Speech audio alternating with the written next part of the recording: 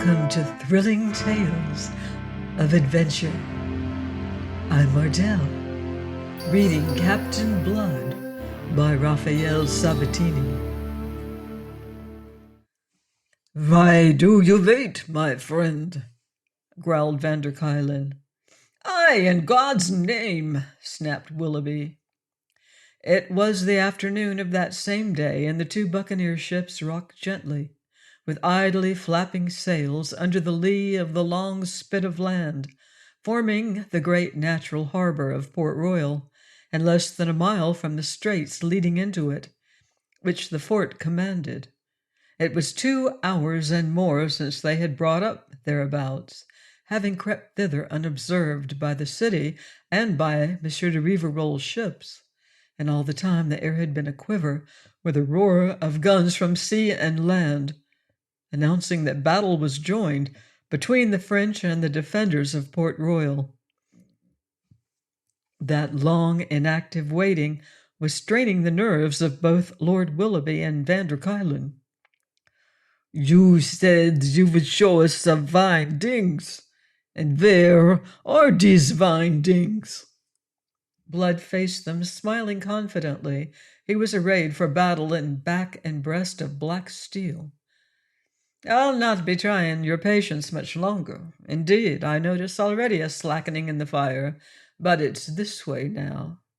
There's nothing at all to be gained by precipitancy, and a great deal to be gained by delaying, as I shall show you, I hope." Lord Willoughby eyed him suspiciously. "Ye think that in the meantime Bishop may come back, or Admiral Vanderkuylen's fleet appear?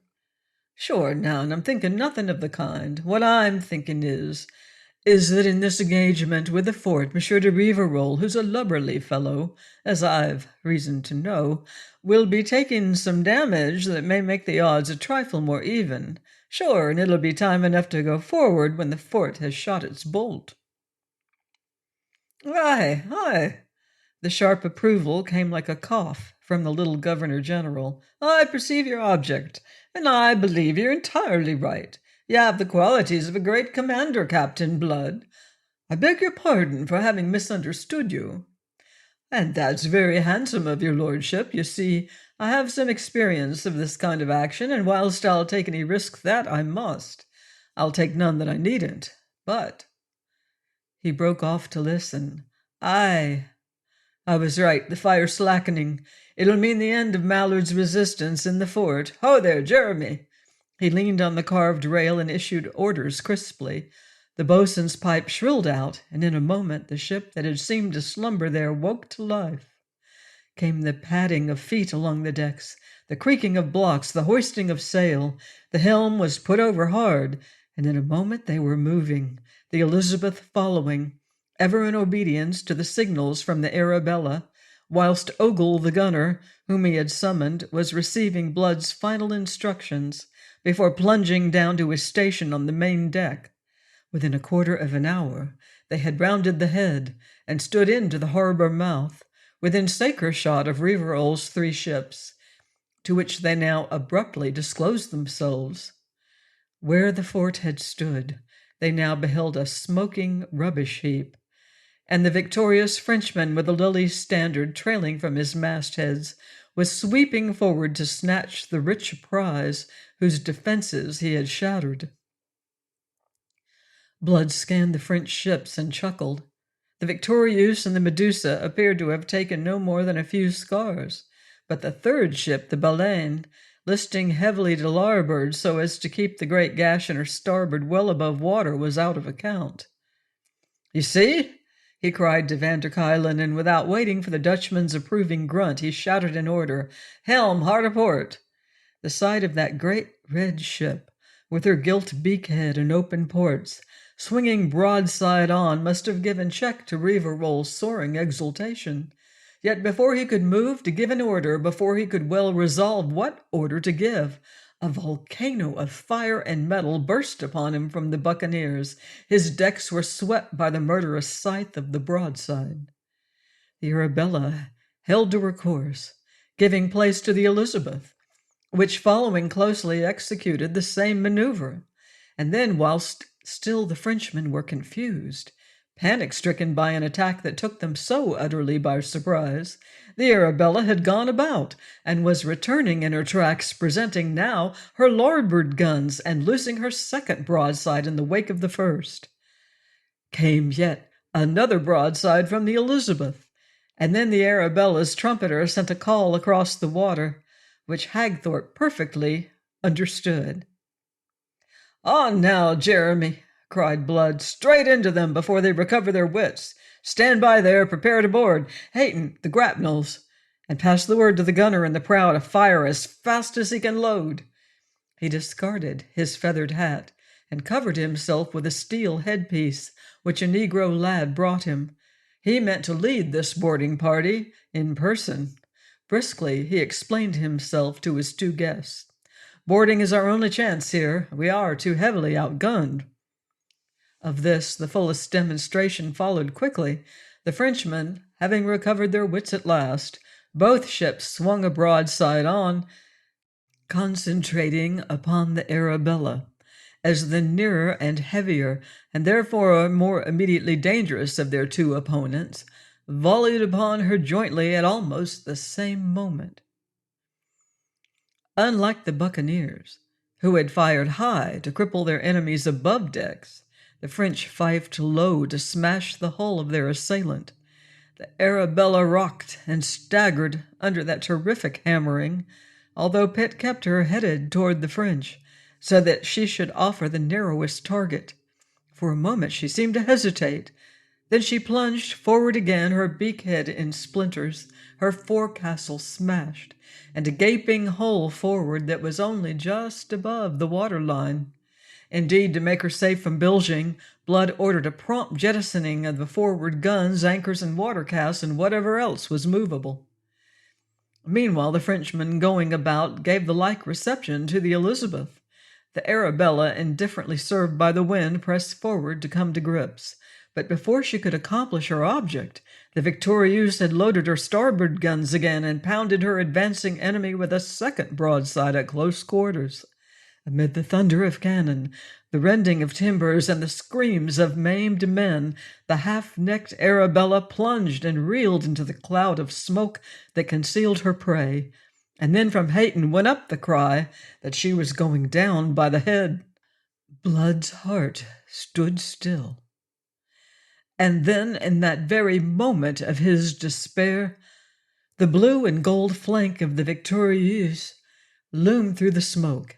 But even as he caught that heartening glimpse, he perceived, too, how sluggish now was their advance, and how with every second it grew more sluggish. They must sink before they reached her. Thus, with an oath opined by the Dutch admiral and from Lord Willoughby, there was a word of blame for Blood's seamanship in having risked all upon this gambler's throw of boarding. "There was no other chance," cried Blood in a broken-hearted frenzy. "If you say it was desperate and foolhardy, why, so it was, but the occasion and the means demanded nothing less. I failed within an ace of victory." But they had not yet completely failed.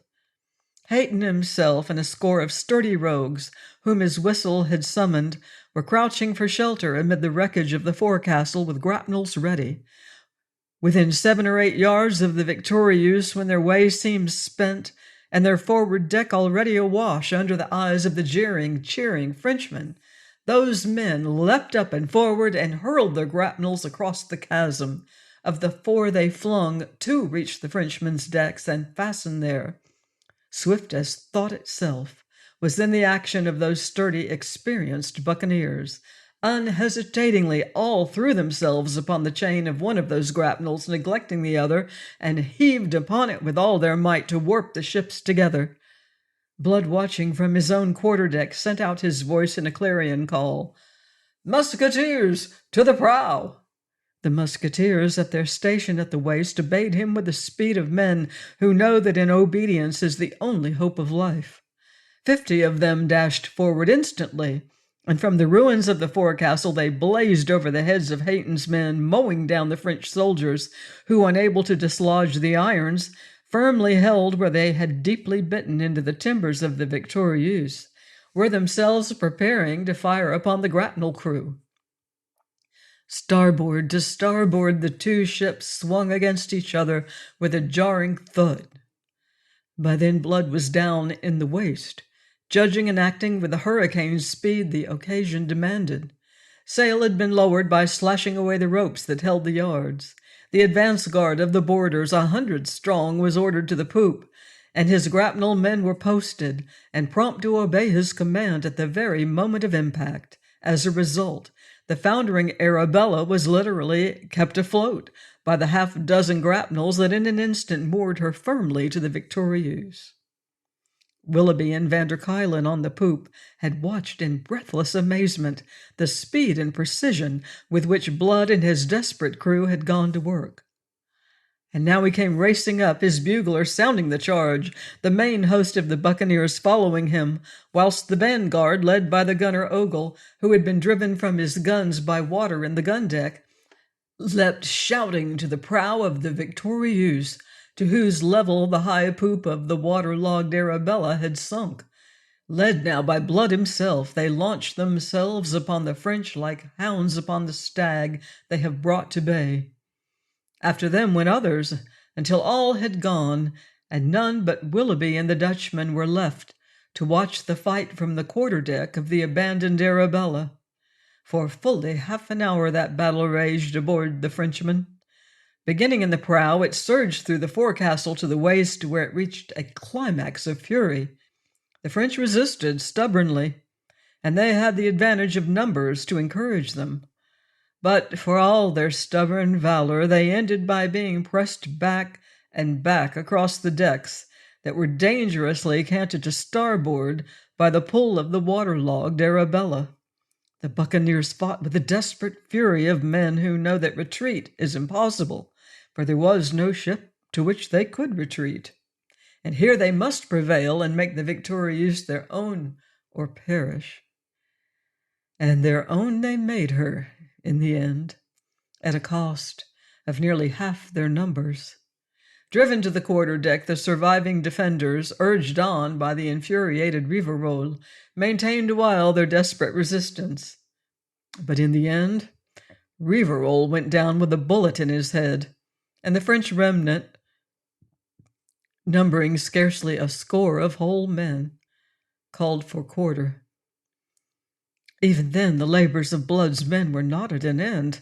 The Elizabeth and the Medusa were tight-locked, and Hagthorpe's followers were being driven back aboard their own ship for the second time. Prompt measures were demanded. Whilst Pitt and his seamen bore their part with the sails, and Ogle went below with the gun crew, Blood ordered the grapnels to be loosed at once. Lord Willoughby and the Admiral were already aboard the Victorieuse.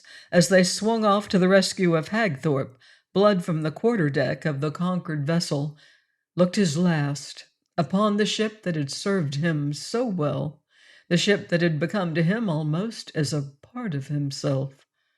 A moment she rocked after her release, then slowly and gradually settled down, the water gurgling and eddying about her topmasts, all that remained visible to mark the spot where she had met her death.